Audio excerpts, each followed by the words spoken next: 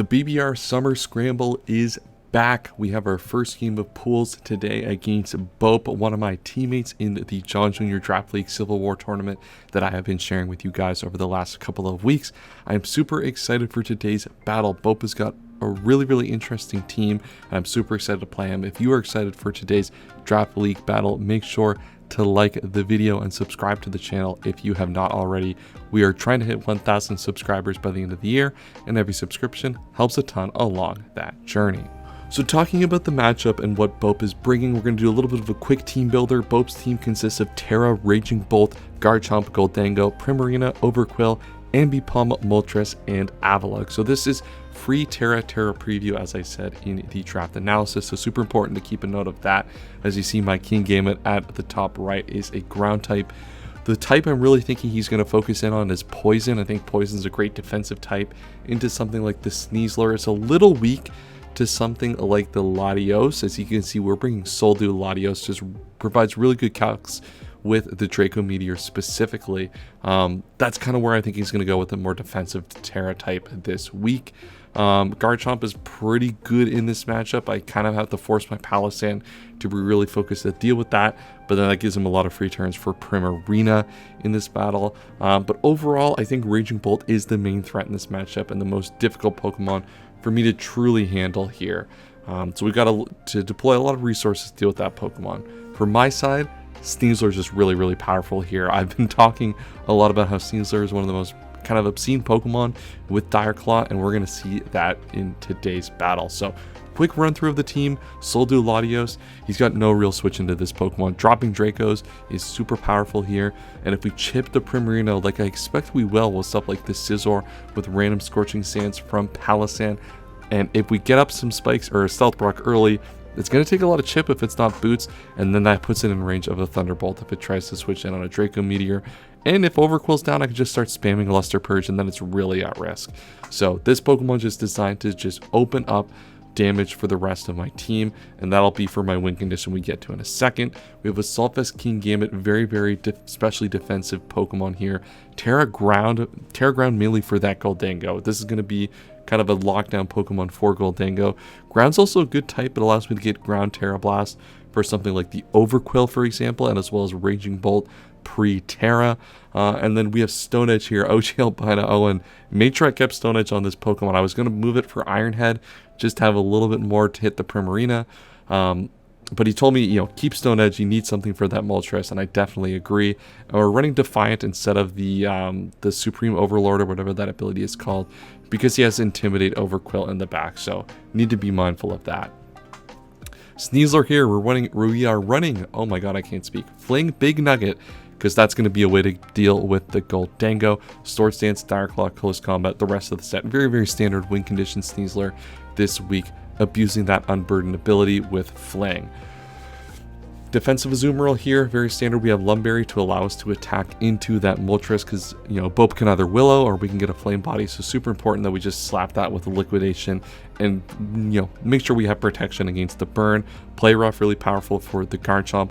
Knockoff's just a standard strong move to click into this team, and then Aqua Jet priority in case something like SD Garchomp gets too out of hand. Spadef Scizor here is going to be very good with the Assault Vest to handle the Primarina, one of the Pokemon that can come in on a lot of things on my team here, primarily the Palossand. Palossand's got a really tough job to manage the Garchomp and the Overquill. Obviously not Overquill as much, but it's going to have to be doing some damage there. So Scizor's going to have to come in a lot on Primarina. That's going to want to come in on my defensive Palossand. So we've got Trailblaze here. Trailblaze is really good way to deal a lot of damage. Gets Speed Boost as well, which is nice, so we don't get revenge killed randomly by stuff like Goldango. And then Knockoff, Bullet Punch, U-Turn, very standard moves. And then we have defensive Palossand, which is probably going to be our lead in this matchup, just to get up Stealth Rocks, pressure Garchomp with Scorching Sands, and then we have Ancient Power to threaten any Moltres that wants to come in on us and just start spamming Fire Blast, and then shore up for recovery. So that is the team for today's battle, and let's get right into it. All right, welcome to BBR Summer Scramble. We're bringing the webcam back for these videos. I think I'm going to try to do that again. We are playing against Bope, a JJDL teammate. He is currently undefeated as of the time of recording this, so big shout out to my guy Bope for running the table on the season so far. He has Terra Water Raging Bolt, which is interesting. We really predicted Poison. Poison was, you know, a good way to allow that to kind of help be an answer to the Sneasler, but he's Water. That's a great way now to pressure my Palisand lead, which is what I wanted to lead. A little bit more difficult to do that now at this point. I think what I want to do is lead Lottie then in this point.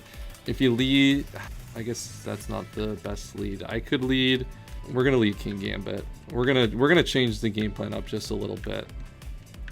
Keep the chat on their toes. Really kind of play this lead a little bit differently. We were Terra Ground because we expected Terra Poison on the Raging Bolt. And then Terra Ground's like kind of decent against like a lot of his stuff like Overquill as well. So a lot of good things going for us there, but unfortunately because he is Terra Water, this is going to make this set just that little bit more awkward. My opponent does lead with Primarina, so this actually ends up being a pretty good lead for me here. The problem is I don't have not a stone move. I don't have a move to necessarily hit this thing with. Yeah, so like Stone Edge does a decent amount of damage here at this point. I don't mind taking a little bit of chip early to protect against something like the Moltres coming in. Scizor is my initial pivot into this, and I could expect something like an Iron Head to come out here. So I'm going to click the Stone Edge. Stone Edge puts good early chip on this, which is nice, and it does really cover that Moltres. If they go Moltres here, then this is a really, really good turn, and we take that. Is this community nicknames? Oh, that's my guy. Dude, we got two iconic, what is it called? We have two iconic sitcom nicknames going at each other. We got the house nicknames and the community nicknames. Pierce the Garchomp's a good nickname. I rate that. Let me know in the comments down below who nicknamed their Pokemon around this better. What I want to go to here is just into my Azumarill. Azumarill is very defensive, but I actually am just going to go Palisand. I think Palisand is just a free turn here. In this spot, I expect something like a Rock or a Spikes. One thing we have to note about this game is that because we don't have Boots, our team's going to be a lot weaker to Spikes and such.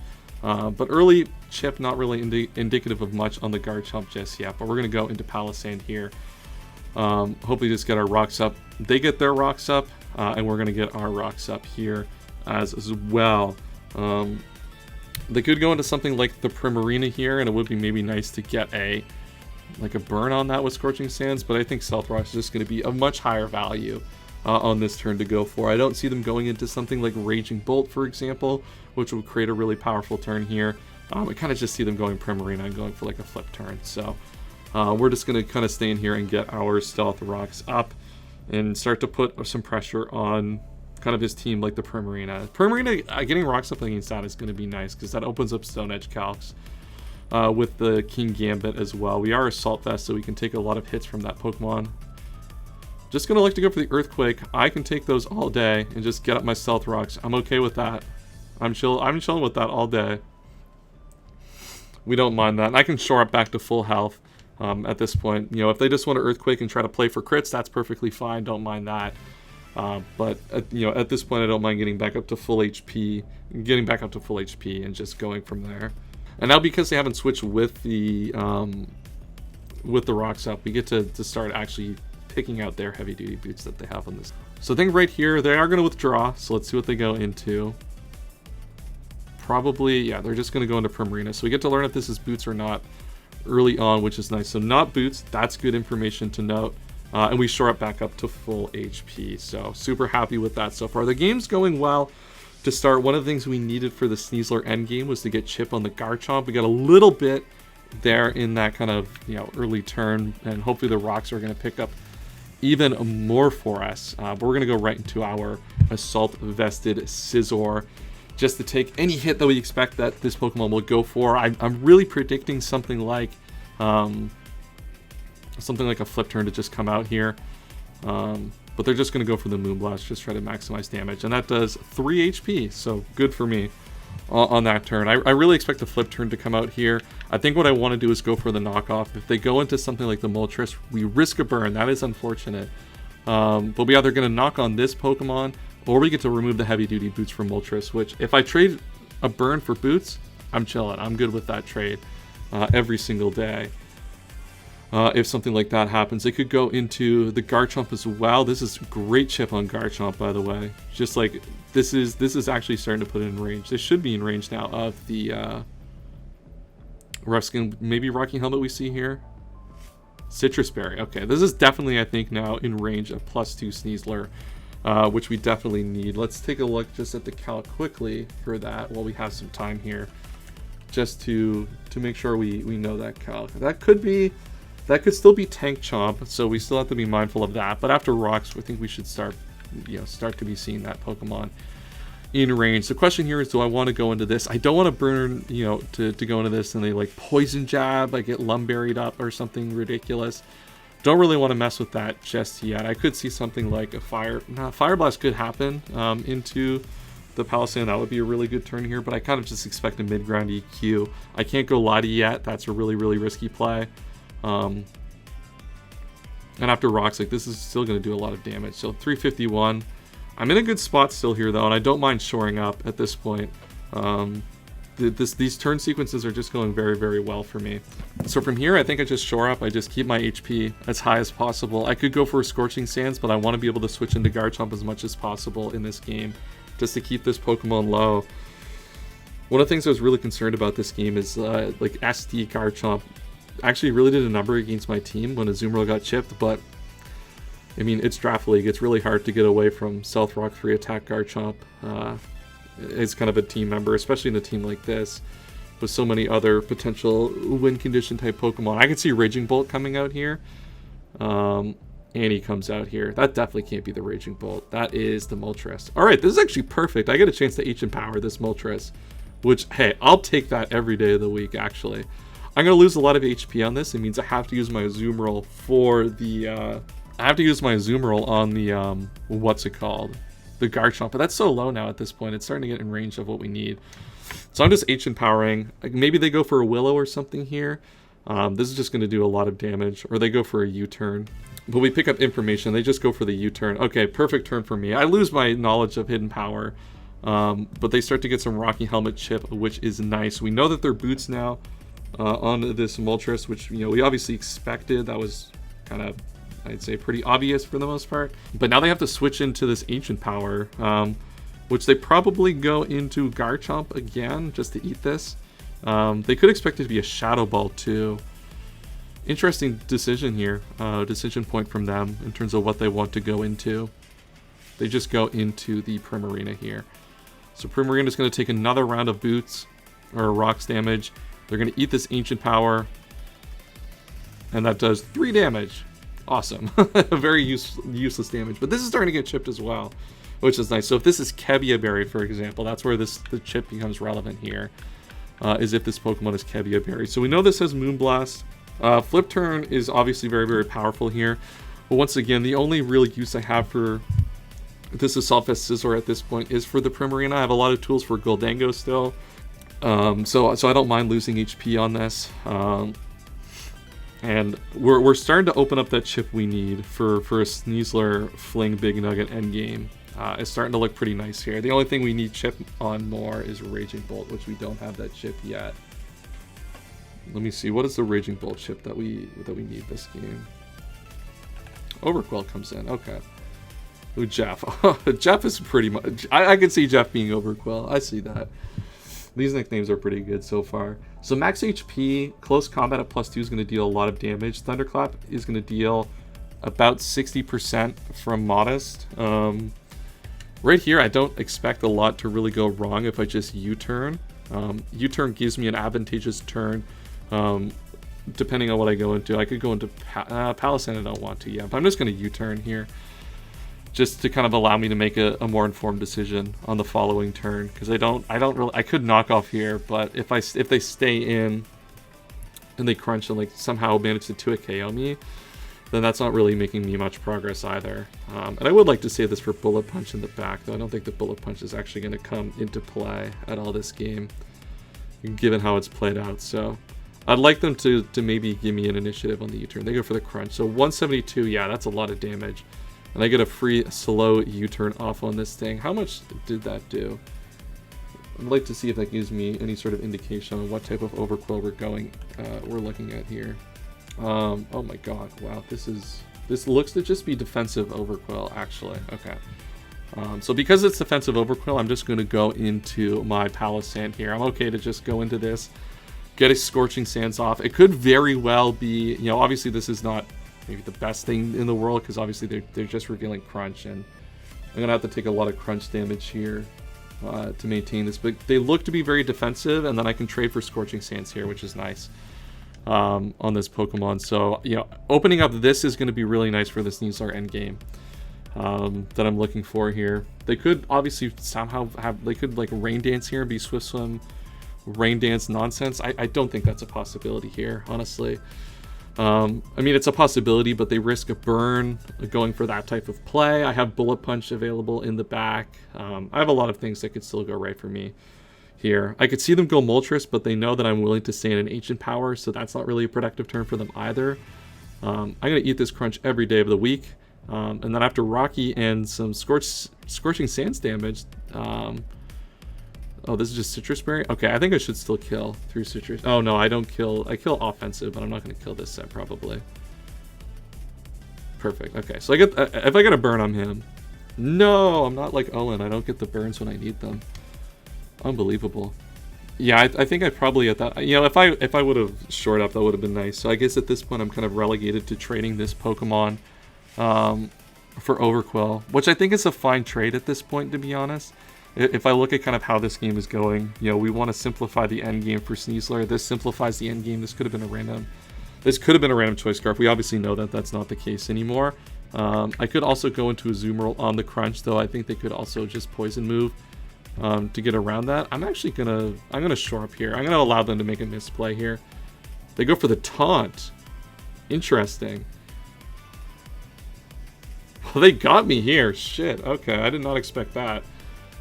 Because that should have killed, no?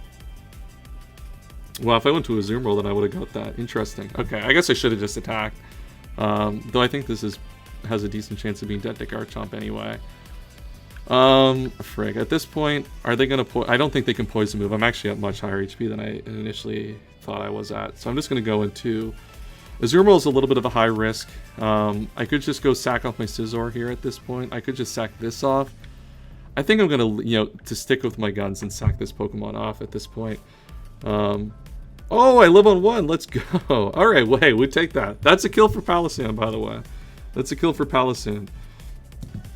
So now they can't go into Moltres and get a free turn to like Roost Up or anything. So that's good to see. We're gonna be able to come in with the Azumarill after and get a massive liquidation off on that Pokemon after the fact, given that we have a Lumberry. So let's open up the Azumarill calcs here. And go into Moltres. Yeah, this liquidation's doing a hefty amount of damage. Interesting to see what they go into. They could go into Raging Bolt here. I could see that as a possibility. What is my Scizor speed? Thing is, yeah, I don't have any speed, so I'm not going to be able to deal anything to the Raging Bolt. If Raging Bolt's CM, this turn gets like really awkward because I lived. They can come in and set up a Calm Mind, which is not great. I don't have a lot of counterplay to specifically Calm Mind at this point. Calm Mind, Thunderclap, a Water move, Dragon Pulse is very problematic. They just go into this though. Okay, we're super happy with this. This is you know, above all else really, really good. Is there any reason to do anything besides attack? They revealed Stealth Rocks and then they EQ'd, so we know that they're not choice. So we get a free Draco Meteor. With this Pokemon. We even get like a free Luster Purge, to be honest. Luster Purge is going to be a lot better of a click. So I'm just going to Scorching Sands. Let this Pokemon die. Goodbye, Palossand. Palossand got a lot of value that game. It got Rocks up. We traded for Overquill. And we're opening up this endgame just a little bit here.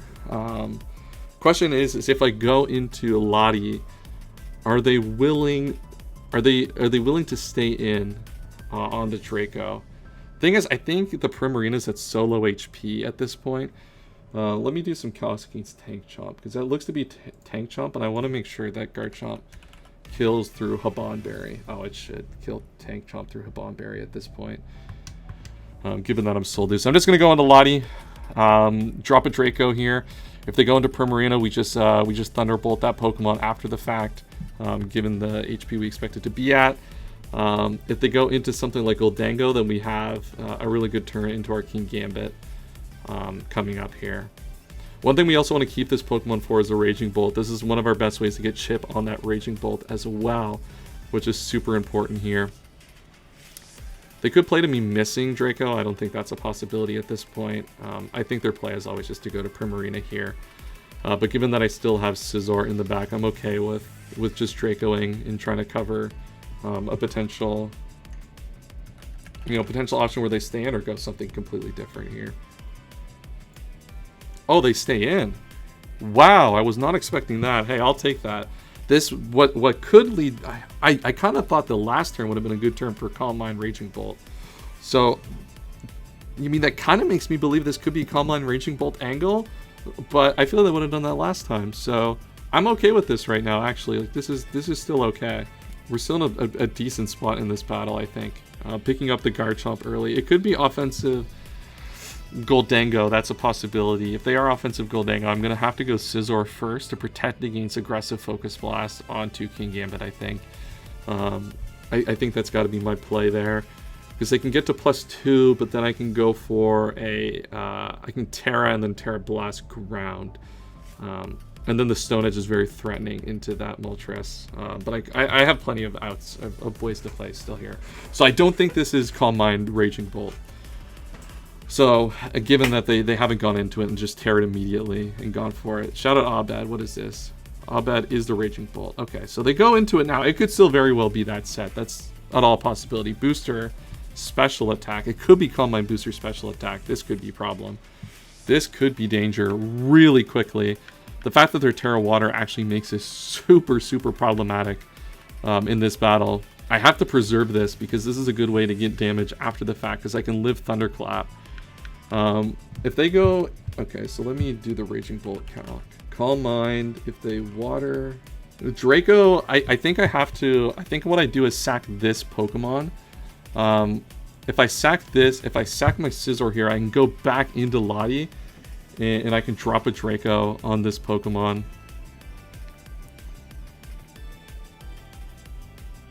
Because if they Calm Mind here, I get a little bit of chip as well. They're just going to immediately Terra. Yeah, the Terra Water is super problematic. I thought we were really focused in on the defensive Terra this game because of the Sneasler endgame. But offensive Terra was really, really powerful here as well. And it is offensive Calm Mind. Okay. So they're going to have to kill me here. They're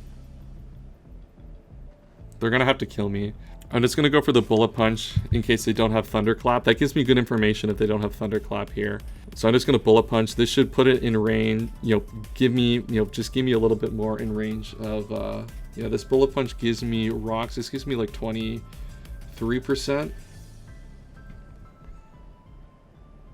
Yeah, it gives me 23%, it looks like. They're just going to Calm Mind again. They can't have Rest. At what point is Thunderclap dealing damage to me? Like, Thunderclap is not killing at this range. I'm just going to Trailblaze here. If they're going to let me take a lot of damage, I put this in the range that I want it to be at this point. If they Calm Mind again, then this works out extremely well because I can Thunderbolt for free. This Calm Mind set's very scary. This is a very, very scary bring by them. They just Calm Mind again. Okay. I think I'm in a good spot because this then gets me to +1.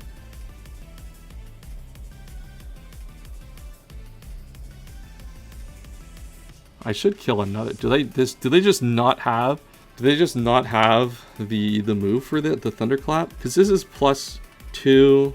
This is +3 booster, so I'm always living Thunderclap with Lottie here.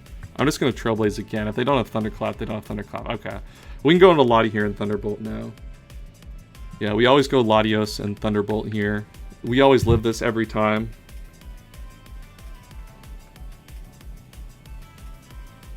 Yeah, we're 8 damage over the max roll here. So we just go for the Thunderbolt, claim this Pokemon, and that is a big threat out of the way. Getting that Trailblaze really helped me from having to not go for Draco Meteor there. Really happy with how that turned out. That could have been a little bit of a risky play, but I'm happy with where we're at. Thunderbolt's not even a move they can switch into at this point, honestly, if they want to preserve this. I don't even think it makes sense to preserve it at this point. At +3 with the booster special attack.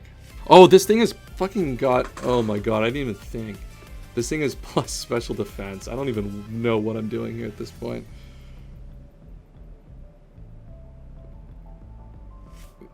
Oh, they thunderbolted. Oh, it just killed.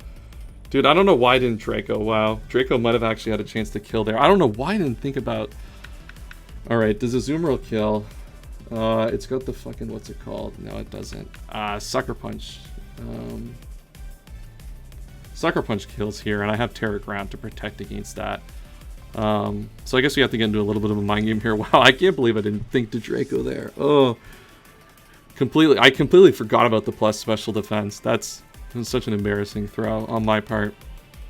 I'm going to Terra and Sucker Punch here. We can play Sucker Punch mind games all day. I was born for this. Yeah, really dumb play for me not to Draco there. Oh my god. Because if I look at the +3 special defense with the Latios, it wasn't actually functionally that different. It actually probably wouldn't have mattered too much, actually, unfortunately. Alright, so let's see what happens on this specific turn. Oh my god, they actually let me sucker that. Wow. Okay, we take that. We take that. That's a great turn. Okay, we got out of jail on that one. We got out of jail on that one. We're in a really good spot now to win this game, actually. Hey, we take those. We're in a good spot now. Primarina is, has been chipped down. Goldango can't come in here. They can go Moltres, but they know I got Stone Edge now, which they might be really threatened by. I have to say this for Goldango still, though. This is very, very important for Goldango. Very, very, very important for Goldango here. This is really good against, the Goldango and the Primarina. So we've saved this Kingambit. Dude, Terra Ground Kingambit. Even against Terra Water Raging Bolt. Sucker Punch with no fear. Hey, we were never worried. We were never in fear of that game and any outcome. We were chilling. But now we have to really be I think Moltres comes out here, to be honest. Like, they have to have Willow, no? Like, that seems to be Britta. Oh, they bring out this, and this has a water attack. I'm ground type, obviously. Yeah, of course.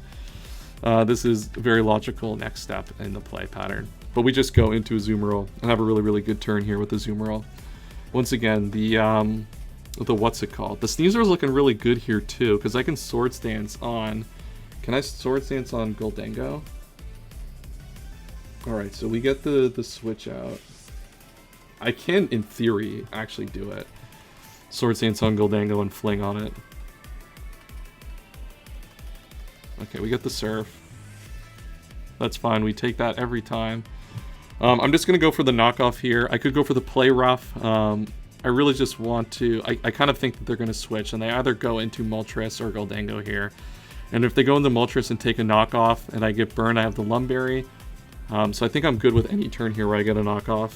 And I can even, in theory, given how much damage does that do? It looks to be about modest, maybe. This thing has Psychic. You can have Psychic coverage, though, so we can't set up auto with Sneasler. We can go for the Dire Claw. Alright, we live the Moonblast, and we get a knockoff here.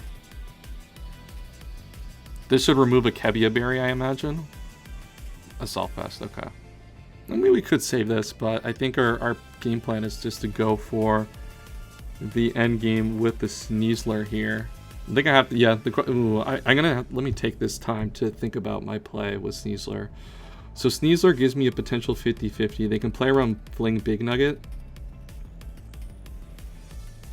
They can play around the Fling Big Nugget play. Maybe I should have Play Roughed on that turn and got more damage. There's no way they switch now, right? I'm gonna knock off in case they switch again. I don't expect it to. Oh, I'm fucking faster? Oh my god. I don't even know what I'm doing here. Dude, I don't even... Dude. Oh my god. This is just not going well for no reason. It's just not even showing up to win this game. I'm just not even showing up to win this game. I'm gonna go for the Dire Claw here. I expect them to just sack this thing off at this point. Yeah, I should have just Play Roughed. I don't know what compelled me to do that, because that brought this awkward turnabout. Yeah, this brought an awkward turnabout, but I kill this. I still have Kingambit. Kingambit's still really, really good here. And this Pokemon's dead, so they didn't leave this as a sack in the back. I think we're still fine. I mean, this has been, like, certainly not the most optimally played game of all time. That's for sure, but...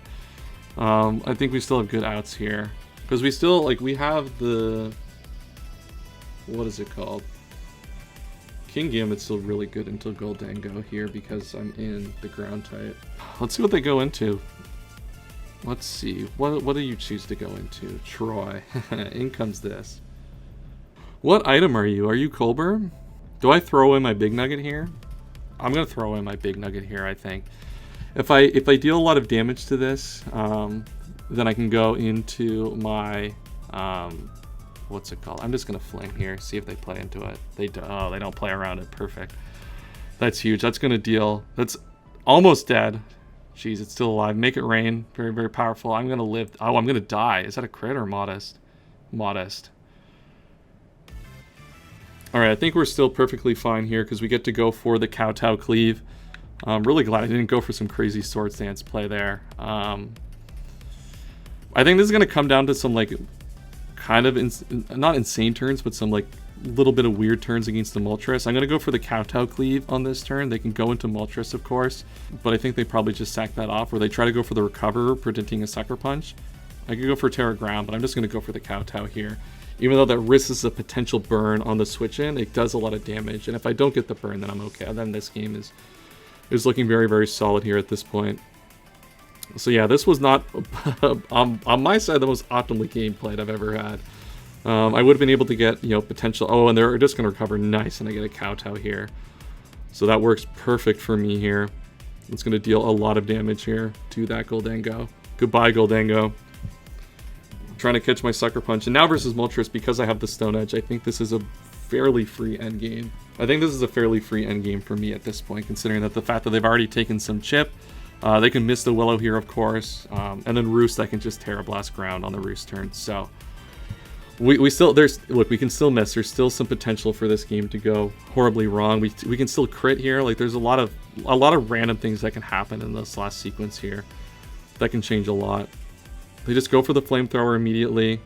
I can live that because I'm Assault Vest every time, and I just get the Stone Edge off. And that is the first game of BBR Summer Scramble 1-0 victory against Bope. I certainly did not make that easy on myself on a lot of those turns, on especially the the Azumarill turn play roughing was just ridiculous.